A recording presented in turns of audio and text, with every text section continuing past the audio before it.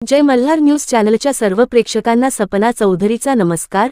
रस्ता नाही, mobile network नाही, बांबूच्या जोळीतून गर्भवती महिलेला नेले, वाटेतच प्रसूती झाल्याचा धक्कादायक प्रकार समोर आला आहे। नंदुरबार जिल्ह्यातील अक्कलकोवा तालुक्यातील वेहगीचा बारीपाडा येथील उषा दिनेश तडवी यांना पहाटे 4:30 वाजण्याच्या सुमारास प्रसूतीच्या वेदना सुरू झाल्या, मात्र गावात मोबाईल नेटवर्क नसल्याने 108 रुग्णवाहिकेशी संपर्क होऊ शकला नाही।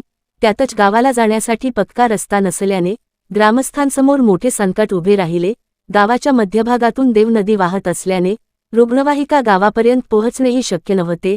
अखेर नातेवाईकांनी व ग्रामस्थांनी बांबूची जोळी तयार करून त्यात उषा तडवींना ठेवले आणि पायी पक्क्या रस्त्याच्या दिशेने नेण्यास सुरुवात केली। मात्र पक्क्या रस्त्यापर्यंत पोहोचत असतानाच वाटेतच त्यांची प्रसूती झाली। यानंतर उषा तडवी आणि नवजात बाळाला वेहगी येथून पिंपळखुटा प्राथमिक आरोग्य केंद्रात दाखल करण्यात आले। डॉक्टरांनी तपासणी केल्यानंतर माता आणि बाळाची प्रकृती व्यवस्थित असल्याचे सांगितले। या घटनेमुळे दुर्गम आदिवासी भागातील रस्ते, पूल आणि मोबाईल नेटवर्कच्या सुविधांचा प्रश्न पुन्हा ऐरणीवर आला आहे। अत्यावश्यक आरोग्यसेवेच्या वेळी रुग्णवाहिकेशी संपर्कही साधता येत नसल्याने ग्रामस्थांना आजही अशा पद्धतीने जीव धोक्यात घालून रुग्णांना रुग्णालयापर्यंत पोहोचवावे लागत आहे। या संदर्भात रुग्णाचे नातेवाईक जलपत तडवी यांनी आपली प्रतिक्रिया व्यक्त केली आहे। सपना चौधरी, जय मल्हार न्यूज, नंदुरबार। मी जलपत तडवी, गाव वेहगी, सामाजिक कार्यकर्ता। आज मी एका महत्त्वाच्या विषयावर बोलण्यासाठी आपल्यापुढे उपस्थित आहोत। तरी माझा विषय असा आहे की जे तुम्ही पाहत आहात बाजूमधला जो व्हिडिओ आहे त्या व्हिडिओवरनं थोडं तुमच्याशी संवाद साधण्यासाठी मी इथं उपस्थित आहोत। आज बाजूच्या व्हिडिओमध्ये जे महिलेला बांबूच्या जोडीने घेऊन येताना आपल्याला दिसत आहे, या महिलेच्या विषयी मला आपल्याशी बोलायचं आहे की ही महिला वेहगी बारीपाडा येथील रहिवासी आहे।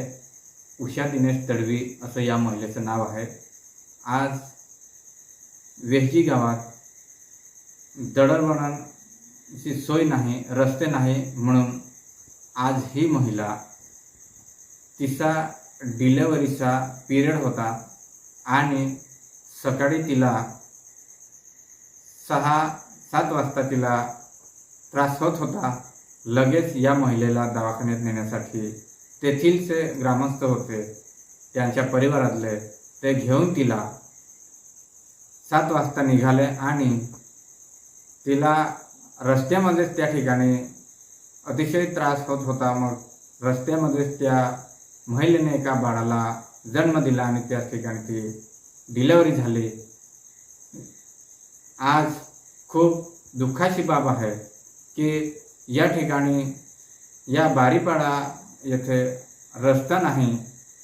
मुख्य रस्त्यापासून ते बारीपाडा येथे जाण्यासाठी मिनिमम 5 किलोमीटर दूर अंतर आहे आणि पाटीलपाडा बारीपाडा येथे एक मोठी खोल दरी आहे।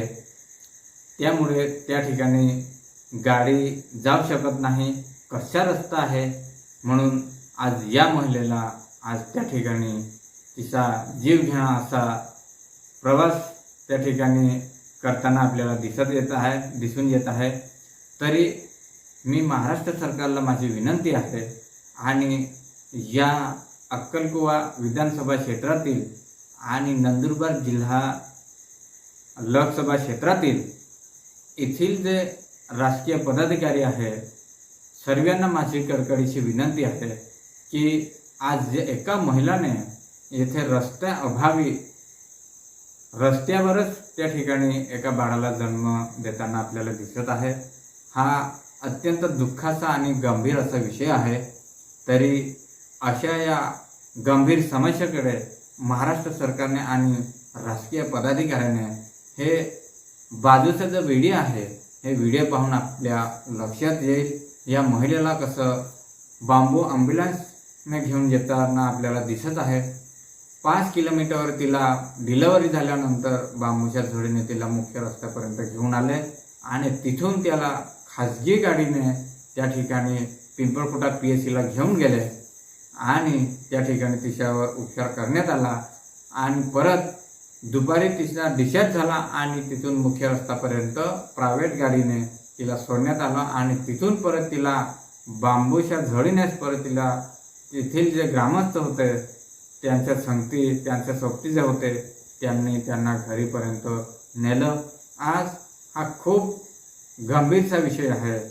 तरी आमची मागणी अशी आहे की हे असे विषय होणार नाहीत. जर या महिलेला रस्ता राहिला असता तर तिला वेळेवरती गाडी मिळाली असती आणि ॲम्ब्युलन्स मिळाली असती. त्या ठिकाणी या पाड्यावरती आशा वर्करही सुद्धा नाहीत आणि त्यावेळी आशा वर्कर सुद्धा नसल्यामुळे त्या ठिकाणी कोणाची त्यांना घरातल्या व्यक्तीशिवाय त्या ठिकाणी दुसऱ्या कोणाची मदतही मिळाली नाही.